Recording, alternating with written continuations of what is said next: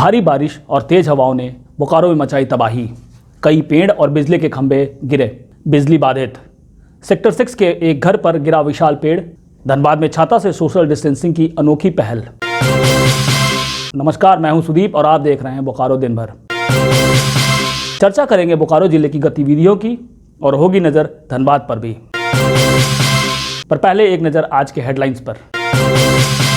बोकारो जिले और आसपास भारी बारिश और वज्रपात। कई इलाकों में नुकसान की खबर, पेड़ भी गिरे। कोरोना की जांच में एलिसा किट की भूमिका की बात। रात को कोई खाली पेट न सोए, इसके लिए बालीडीह में एक अनोखी पहल। और भी बहुत कुछ, लेकिन पहले देश दुनिया की बड़ी खबरें। प्रवासी मजदूरों को 2 महीने तक मुफ्त राशन मिलेगा, वित्त मंत्री निर्मला सीतारमण ने कहा। कोरोना वायरस शायद कभी ना खत्म हो, विश्व स्वास्थ्य संगठन ने दी चेतावनी। 11 से ज्यादा मजदूरों की विभिन्न सड़क दुर्घटनाओं में मौत। आयकर रिटर्न भरने की तारीख 30 नवंबर। गैर वेतन टीडीएस में 25% की कटौती। अब चलते हैं बोकारो। बोकारो और उसके आसपास के क्षेत्रों में तेज हवाओं के साथ भारी बारिश ने गुरुवार को मचाई तबाही।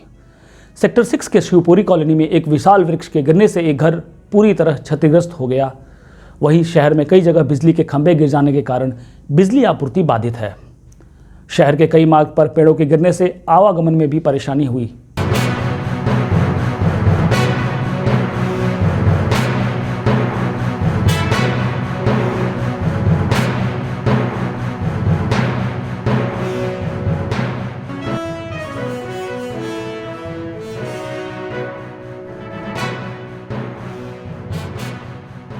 कितने लोग इसमें रहते हैं? 4 जन रहते हैं।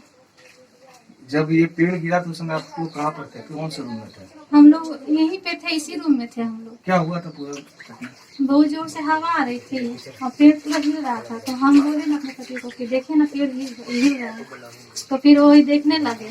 जैसे ही पेड़ गिरा उसी तरह बच्चा को लेके पति के अंदर घुसे और हम तो बैठे ही रह गए। तो दिमागी काम नहीं किया, इस तरह से गिरा पेड़। मौसम विभाग के अनुसार बंगाल की खाड़ी में चक्रवात 16 मई को अम्फान नामक चक्रवाती तूफान के आने की संभावना है, जिसका असर गुरुवार को देखा गया। एक नज़र आज के तापमान पर। आज का अधिकतम तापमान 35 डिग्री सेल्सियस और न्यूनतम तापमान 23 डिग्री सेल्सियस रिकॉर्ड किया गया।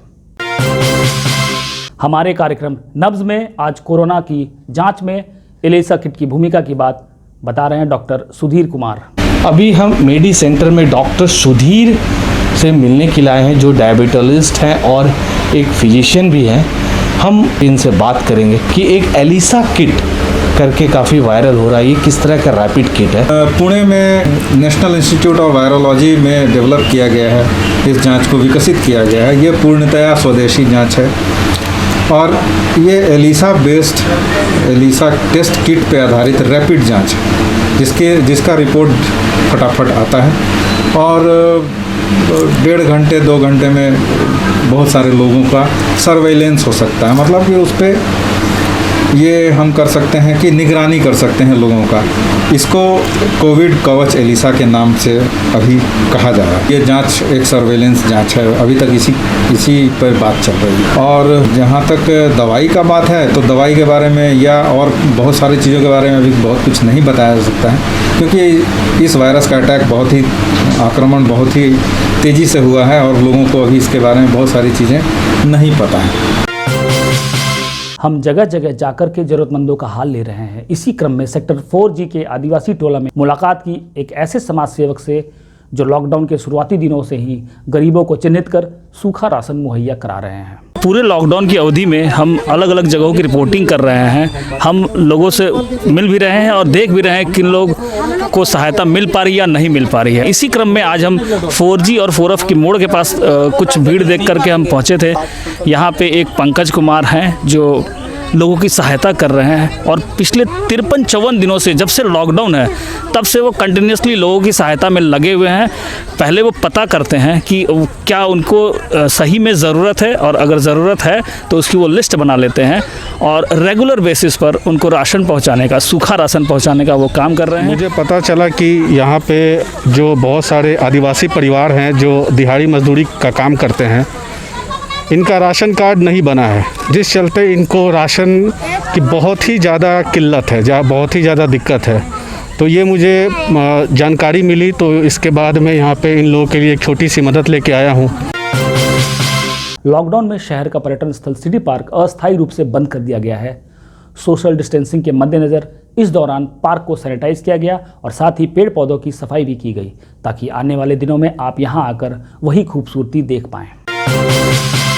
दिन का भोजन तो हर कोई करा रहा है, रात कोई खाली पेट ना सोए, इसके लिए बालीडीह में क्रिश्चियन सोसाइटी और वहां के रहने वाले कुछ नवयुवक मिलकर के शाम को 4:30 बजे से 7 बजे जरूरतमंदों को दाल भात एवं सब्जी खिला रहे हैं। एक खास रिपोर्ट। जैसा कि हम आपको लगातार बताते आ रहे हैं, हम पूरे बोकारो में भ्रमण करके किस तरह से लोगों की मदद पहुंचाई जा रही है उसके बारे में जानकारी आप लोगों तक पहुंचा रहे हैं। हमें एक खास बात मालूम पड़ी कि दिन का खाना, दोपहर का खाना या सुबह का नाश्ता हो रहा है कि नहीं हो रहा है, वो तो सब कुछ देख ही रहे हैं लोग। यहाँ पे कुछ नवयुवकों से मिले हम। जब से लॉकडाउन हुआ है तब से आज जितना दिन हो चुका है, कंटिन्यूसली रोज़ रात का खाना ये शाम को 4 बजे से शुरू कर देते हैं। रात में कोई भूखा ना सोए, ये इनका मुख्य मकसद होता है। शुरुआत हम लोग किए थे सूखा राशन देने का। हम लोग सोचे थे कि हम लोग दोस्त लोग जो भी सर्विस में हैं या जो सक्षम हैं, कुछ मिला जुला के बहुत लोग जो असहाय हैं उनको सूखा राशन देंगे।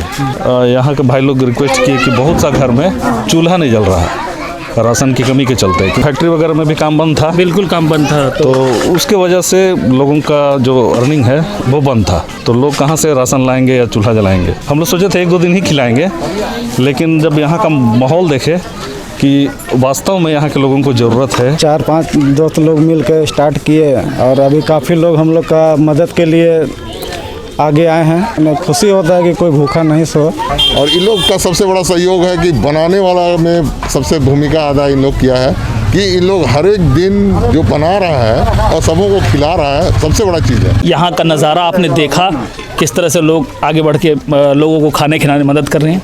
ये बियाडा बाज़ार बेलगाछ के नाम से ये जगह है, यहाँ पे ही ये लोग प्रतिदिन ये प्रायोजन करते हैं। खास बात हमें यही लगी कि इस तरह से अगर लोग बढ़ चढ़ करके हिस्सा लेकर के अगर लोगों की मदद करेंगे तो कोई भूखा नहीं सोएगा। कुछ खबरें धनबाद की।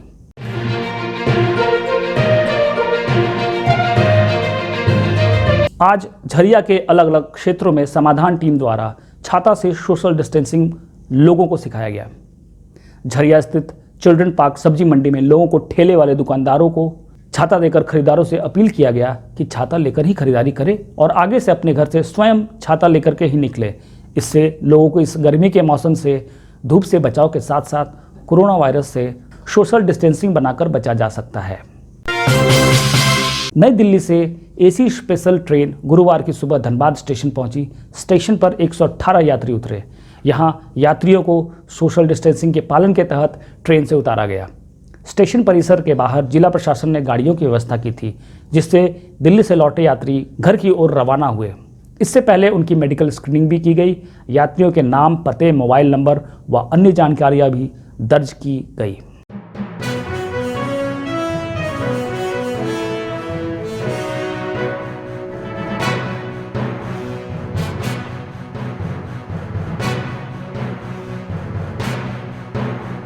हमारा घर देवघर है। अच्छा। और हम बहुत अच्छा फील कर रहे हैं क्योंकि हमारी फैमिली साथ में थी। अभी हम लोग घर चले आए तो बहुत अच्छा फील कर रहे हैं। आप अपने आसपास की घटनाएं और समस्याओं को हमें व्हाट्सएप कर सकते हैं। हमारा व्हाट्सएप नंबर है 9334210302। बदल गया बोकारो में आज देखिए राय चौक की बदली हुई तस्वीर। फिर मिलेंगे बोकारो दिन भर में सोमवार से शुक्रवार रात 8 बजे। तब तक के लिए नमस्कार।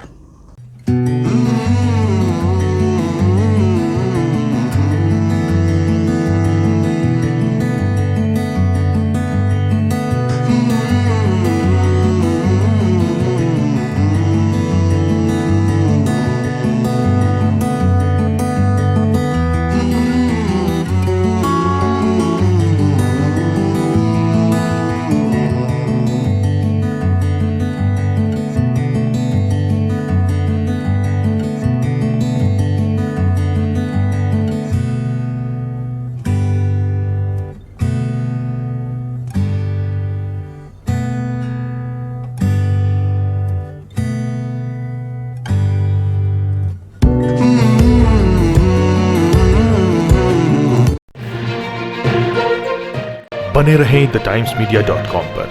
आप हमें फेसबुक और यूट्यूब पर भी देख सकते हैं।